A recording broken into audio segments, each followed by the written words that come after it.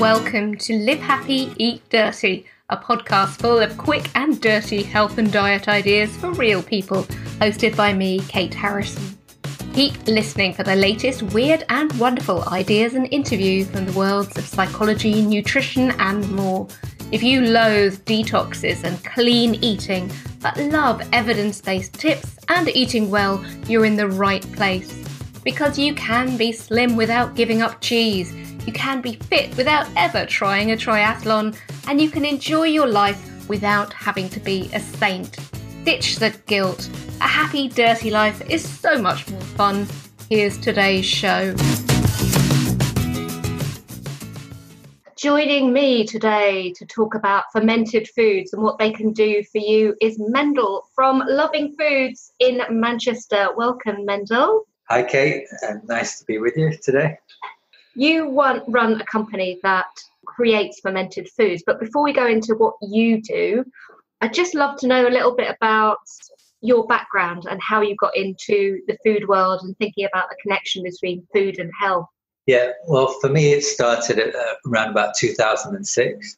I'd suffered with eczema, most of my life, and I tried various things, a lot of different alternative health modalities. My mum was quite big on taking me to homeopaths, Reiki, Bowen techniques, and also diet. I'd gone through allergy testing, and I tried a lot of that.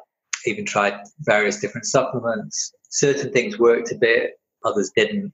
But even the things that worked, they kind of weren't really lasting. I'd just go through cycles, I'd get a bit better, and then my symptoms would reoccur. And it got to a stage where I was kind of quite fed up and really wanted to get something that actually worked. And then I came across this nutritional therapist who works from a kind of naturopathic background. And that kind of really turned what I thought about diet around for me. I thought I was fairly healthy at the time, trying my best, eating vegetables, having the whole grains, and that kind of thing. But that led me onto a journey which I'm continuing on now. I did a lot of work refining my diet and doing various different cleansing techniques and etc. I mean, part of that was probiotics at the time, but then I got into fermenting. That was part of the dietary changes, going more for a traditional diet, and a lot to do with the work of Dr. Weston A. Price. As part of that, I started in my own ferments at home, and that really snowballed from there. But those probably, an initial 4 years of working, doing different dietary changes and lifestyle changes, really made a big impact on my health, and continues to do so. That kind of led me into what I'm doing now. It was after just sharing some ferments with some friends and, getting good feedback, and started selling a few. And some years down the line, did a few markets, and then we formed the company with my sister and brother-in-law. And it's been going great since. Tell me then what a fermented food actually is and what the benefits might be. So what you do is, if you take some food, generally something with carbohydrates in, and you can either add the bacteria or yeast to that food, put it in a certain environment which allows that culture that you've introduced to it to grow. Also, the idea is you don't want any pathogenic bacteria to grow. So it's a lot about the techniques you use and the environment you give to the whatever it is you're fermenting. But essentially, those bacteria, and often they're lactic acid bacteria, otherwise known as labs, that break down the carbohydrates. And as part of that, they produce various different beneficial things like minerals and enzymes, vitamins. Essentially, they multiply, they grow, and they keep growing, and you get more of these beneficial bacteria, which are extremely beneficial to us. There's a lot of research now into the microbiome, which is basically our bacteria that we have. Recent research shows that we're probably about half human cells to half bacterial cells. Majority of that being in the gut, although we have bacteria in our skin and nasal passage, mouth, and various different orifices. The majority, I think it's about 2 pounds of bacteria on average in our gut. and that has a strong link to our immune system. It protects the lining of our gut, but also modulates the immune system. So these bacteria are crucial for health.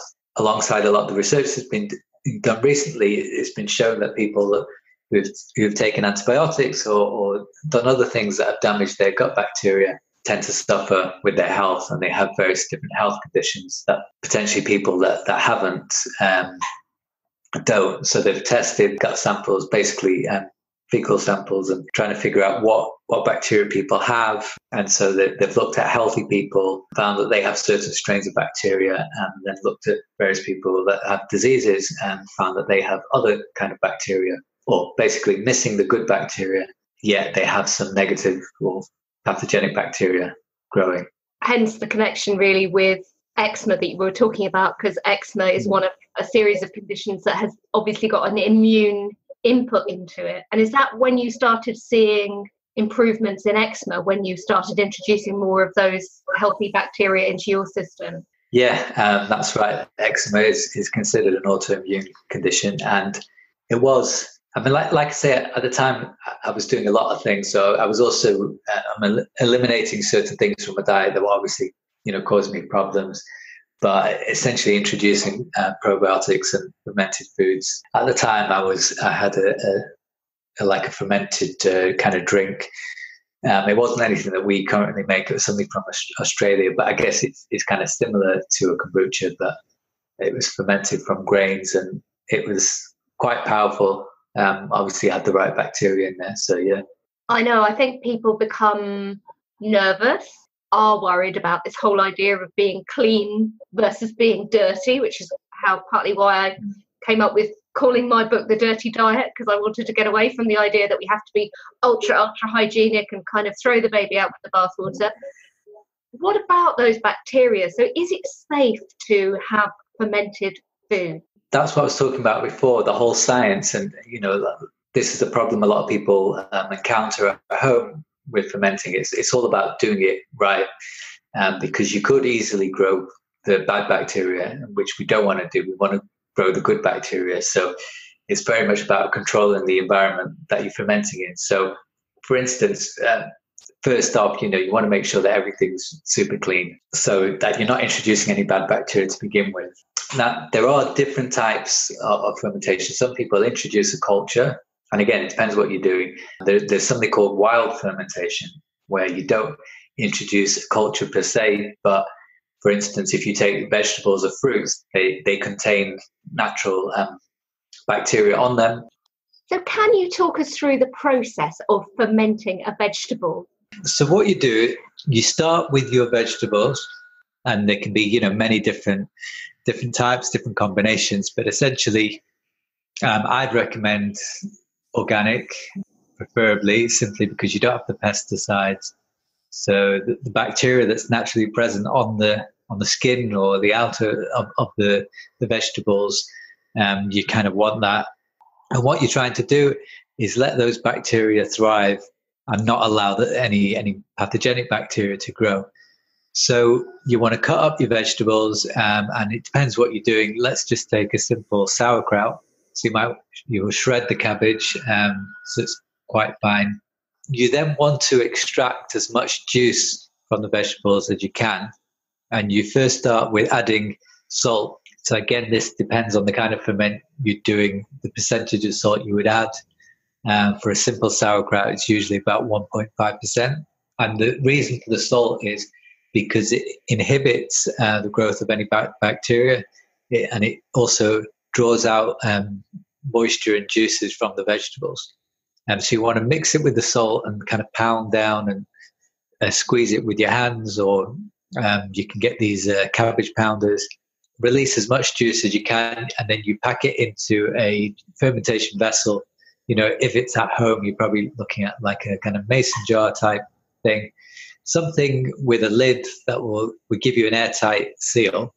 You need to leave probably a good inch at the top. And the reason for this is just for any gases that are produced during the fermentation, so they've got somewhere to go. You can cover it. So some people will use like a cabbage leaf on the top. Now, what you want to make sure is that there's always enough juice to cover the vegetables. if you pound it away and you still don't have enough juice from the vegetables itself, and it depends what kind of vegetable, and if it's juicy enough to produce enough fluids to cover, you can always add some water. Of course, I'd recommend like filtered water because you don't want the chlorine in there because that can kill bacteria. So once it's covered with water, you seal the container. Like I say, there are different types. You've got special fermentation crocks, which have a particular way of sealing. Some of them will have weights which keep the vegetables beneath the liquid. During the process of fermentation, you're going to produce, like I said, a lot of gas. The bacteria start breaking down the carbohydrates and produce gas. So if you're using like a regular kind of, like a flip top with a gasket, kind of like your Kilner jars, then you are going to have to what they call burping, so opening the lid just very slightly every so often to let those gases escape and then resealing it. It's not the most efficient way, and there are jars you can buy now with airlocks built into them, so they allow the gas to escape without letting any environmental air into them. Very much the same as you would produce a kind of like wines or alcoholic fermentations. I use a Kilner jar at home, and as long as you remember, that's the main thing. It's just if you don't remember, you could end up with a terrible mess, fundamentally.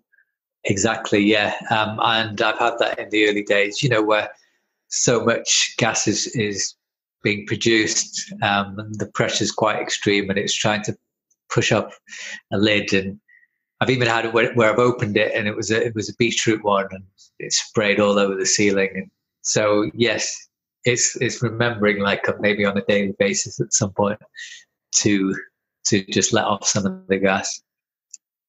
But essentially, that is a kind of basic, not recipe, but instructions of how to do a simple ferment. And how do you know when it's done? There are a lot of ways to tell when it's done. And again, it depends on what you consider done. Some people will ferment for a few days to a week and finish it then. Other people like it to go on for a month, or certain ferments even longer than that. So it can be down to your taste. On a simple level, you could say that when the fermentation has really slowed down, so when you don't have any activity going on. However, what I find is there is always activity, just on a lesser scale. But you have the initial activity, which lasts 3 or 4 days, and that kind of slows down. I like to leave them 3 to 4 weeks, ideally, and that's a lot to do with tests that have been shown that that it continues to produce more of the beneficial bacteria after the first few weeks, even up until the 3rd or 4th week. Also, a lot to do with taste, and another component that also plays a part in this is also the temperature. The warmer it is, the faster it will ferment. So that can shorten your fermentation time. If it's colder, fermentation time is going to be extended. But it's exactly the same with dairy fermentation, isn't it? As with those where, when I was experimenting with yogurt, but particularly milk kefir, it completely changes from summer to winter. And in fact, I interviewed a lady about sourdough bread, and she ended up understanding that the sourdough would be completely different depending on where she was doing the wild fermentation in her own house.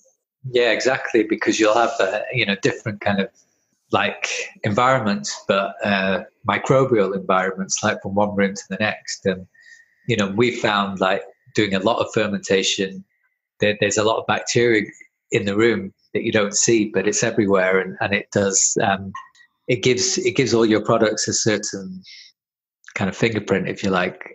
This could be a problem when you're doing like multiple different ferments in the same kind of room, because they have various different bacteria in each of them. Say they could kind of like cross-pollinate from one thing to the next, which again is the reason why it's important to have well-sealed jars. But it depends. If you were doing like a milk kefir and a sourdough and a sauerkraut, you might get some kind of hybrid. with one of them, where bacteria were kind of jumping from one to the other. It is a really interesting process, and a lot of it is down to kind of really experimenting and trying things out. And the good thing is, of course, that we're talking about a cabbage, a jar, and some salt. We're not talking about really, really expensive ingredients. So there is an element of trying it out, trying a different batch with perhaps a different spice in it, or a bit of carrot or red cabbage and so on. You can afford to do that. The main element is time and curiosity, I always feel, with these things. That's exactly what it's like. I mean, especially, when you're doing it at home, in small containers, like you say, there's not a lot, worst case scenario, a batch does go bad. You learn from that. It's good to record what you did, the different environments, the heat, how long you left it, and kind of get an idea. But definitely when I started using different herbs and spices, trying what works and what doesn't, combinations of vegetables, and especially once you get into like the drinks and that kind of stuff, and if you're fermenting with fruits, using what's in season and just trying different things is always good to experiment. I had a bit of a difficult experiment, or an experiment with a difficult ending, but it did also teach me something really important about fermentation in the early days, actually, which was I had wondered how I would be able to tell if something had gone bad, and I was a bit nervous about it. And then something did go bad, and there was absolutely no doubt about it, because from the minute that I took the lid off the jar, the smell was something that would not have been edible in any way. So I think that's almost a reassurance. Apart from your beetroot sealing, did you have any disasters during the process over the years? Yeah, definitely. In the earlier days, there were some that went wrong, and you definitely know when they're wrong. People often ask, how do I know if it's safe to eat? How do I know if it's successful? You all know, like if you see molds or any kind of funny looking colors, then definitely avoid that. But smell will always give it away. What you're looking for is that acidic kind of taste. But especially if you're doing like a vegetable with salt, and if you get say a sauerkraut that's kind of there's a kind of sweetish smell sometimes, like powering kind of sweetish smell, that could be where it's gone bad as well. Mine ended up smelling mine definitely smelled of drains, actually, where a little bit of it had been poking out of the top, and that was fairly clear. Yeah, exactly. There can always be a few grey areas that you're just a bit unsure about, but it's where, if you want to step up to kind of a semi-professional level, you can always test the pH, and you can use pH strips, or you can get a pH meter, and that gives you a better indication, because if the pH hasn't dropped, then it's likely, there's something wrong, that it's not fermented, because generally it will drop quite quickly to become fairly acidic in the first three days, which is part of the safety of it, because once it drops to 3.5, it's very safe. Little bad bacteria could thrive in that condition. So that's the science. Let's talk about the flavour. And obviously you've done all these experiments, and you've ended up with a line of different pickles. So talk me through some of the different flavours and what it was that makes the grade, if you like, makes you want to share them with other people. You always start off with kind of basic recipe, and then start adding to it. And like I say, I've done various different trials. We've got a classic sauerkraut, which is literally just cabbage and salt, and then we do a kind of German traditional caraway and juniper, and it's one of those you either love it or you don't. I myself like caraway. I remember as a child like eating bread with caraway seeds, and the juniper just adds something else to the caraway, and it's not overpowering. They each have their medicinal benefits as well. We do a kimchi, and again, it's not a traditional kimchi, and that uses fish paste and that kind of stuff. It's more of a Western version, It's vegan as well. So basically cabbage, carrots, radish, onions, garlic, ginger, chilies, and we do that one, and we also do one with the addition of turmeric and black pepper. And the classic in itself, with the garlic, the ginger, the chili is really good for your immune system, just help to stimulate things. But when you add the turmeric and black pepper, that has the added anti-inflammatory properties as well. And what's important is when you're consuming turmeric, it needs to be activated. And there are certain things, one of them being black pepper.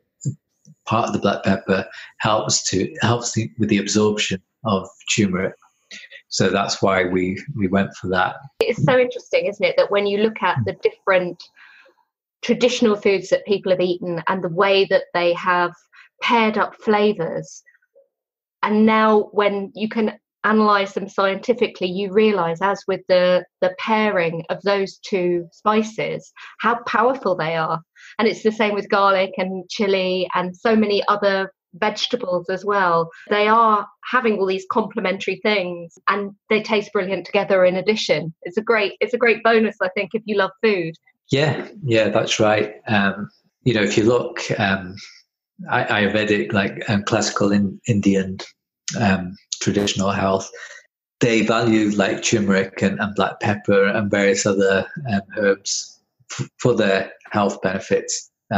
If you look to Indian cuisine, then definitely they do use a lot of turmeric and black pepper. So you see that, and I think you go to the Chinese likewise, based on their traditional healing. And this, I think, for me has been a big lesson, kind of going back to nature and looking at traditional diets as well, because they have a lot to teach us, especially because we're talking about fermentation. If you look at traditional diets, pretty much everywhere you look throughout the world, each kind of civilization had their own different ferments. You go to Europe and you've got your sauerkraut. If you go to Korea, they do their kimchis. In India, they have things like lassi and various other milk products that they ferment, as well as certain things like dosas, like from lentils. If you're going to Japan, and they have their bean ferments. So everywhere in the world, they had some kind of foods that they fermented, and they obviously knew the importance to our health of these foods. They didn't have the science back then, but I don't know if it was instinctive or they just knew. But it was an important part of their diet. Yes, and it's something that we forgot collectively for possibly more than decades, but certainly a really significant amount of time. And it's almost taken some of the science to come back and become mainstream. So I've read that your mum was into a lot of these things, but certainly in the 70s and 80s, these were seen as crank ways of eating, really, weren't they? It was all about frozen foods and processed foods. I mean, my mum, she definitely tried with what she knew. Wasn't quite to this extent of fermenting stuff and everything, but still, back in the 80s, my mum was trying to give us, whole grain bread instead of white bread, and always make sure, we ate vegetables. And for some people that was a bit bizarre, but it's really good to see that how things are changing, and now people are, it's so much more accepted. Even, just a few years ago, or definitely, 10 years ago when I started, it was very much on the periphery. People kind of looked at you and made comments, when you talk about this kind of stuff. But now it's in the mainstream, like you say. Every media outlet's got some article about the benefits of fermented foods, or the benefits of these kind of foods, or those. It's great to see that movement. I totally agree. The whole veganism, the whole focus on organics and so many different interesting ingredients that we can get from around the world, and then start to get the benefits for our own diet, is really exciting. Can you talk a little bit then about the fermented drinks, which are the other part of your business? There's quite, again, like just like vegetables, there's lots of different fermented drinks. And sometimes, when you mention it to people that aren't familiar, they kind of look at you, but then, you explain like wine, beer and cider and all these drinks you might regularly drink are all fermented. And then they're like, oh, right, yeah. The line we do is both kombucha and jun. Now, kombucha is essentially a fermented tea. It's a fermented. It's you brew a big batch of tea. We add sugar, and then it's fermented with a special culture of bacteria and yeast. What it's called SCOBY, and the SCOBY stands for symbiotic culture of bacteria and yeast, basically. And it looks a bit like a kind of jellyfish almost. It's essentially a big biofilm, so it's created by the bacteria and yeast. It sits on top of the vessel that you're fermenting in, and it consumes the sugar and also the various different components in the tea and produces all these beneficial acids, things like glucuronic acid, acetic acid, some lactic acid, and various other acids, as well as enzymes and vitamins, especially B vitamins. And all these are, of course, really good for your health. Now, some people will ask, oh, but it's got sugar in. Aren't we supposed to be, trying to keep away from sugar? Now, it does have sugar, but bacteria and yeast do consume a decent amount of the sugar, not all of it. And I guess, the health benefits sort of mitigate, some of that consuming of the sugar. But what we also do another version of it that uses honey instead of sugar. This is something that's called jun. It's been considered as the kind of champagne of the kombucha, if you like. It uses a green tea traditionally, although you can make kombucha from green tea, which is what we do as well. So green tea and honey, it has is slightly different. The general idea is the same, and essentially it's just a type of kombucha that has been bred to feed off honey instead of sugar over the years. It's said that the jun comes from Tibet, from the mountain regions of Tibet. There's all kind of myths and legends about the drink, and likewise with kombucha, it's very similar, which it's reported that it originated from China, kombucha. But the truth is, nobody really knows where and when.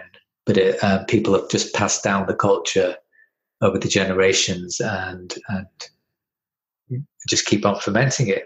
And you add different flavours to it, so which sound delicious. Can you run through some of those? Yeah. So we have blueberry and lavender, lemon and ginger, lime and hibiscus.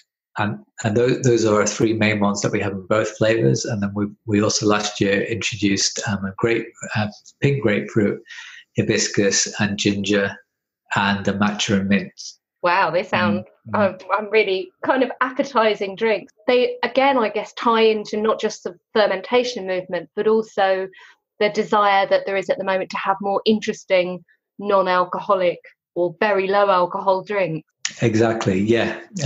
That's very much the case. And, for all the health benefits as well, part of it for me and for others is like giving people an alternative drink. So on one hand, like an alternative to a fizzy drink, but besides that, so many people are abstaining, from alcohol for various reasons. And, if you want to socialize and go out and you want to feel like you're not just having a glass of water or a Coke or something like that, especially if you want to be more healthy. But even if you didn't, it's like you want to feel like you're drinking something. And I think because it's fermented, it has that kind of taste, although it's not as powerful as like a beer or anything.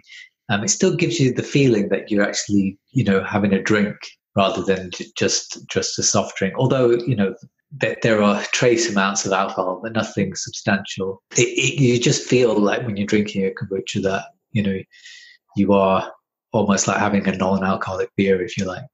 I know when I was experimenting with water kefir as well, some of those drinks with ginger and berries added to them definitely had a feeling of being quite grown up. As you say, I could see, because they use a SCOBY as well, that would feed on the sugar, and then the fermentation would produce that slight fizziness, which again added to that sense of it being something a bit more grown up than so many of the more boring soft drinks, which are just one big quick sugar hit, and a sort of feeling afterwards of not feeling as though you've had something that's very good for you. It very much is that. And, there are various companies out there now, trying to market kombucha as such. And if you go to, America, they've obviously been drinking kombucha probably, or it's been in the limelight, I should say, a lot longer than it has been here. But over there, it's quite common in bars and,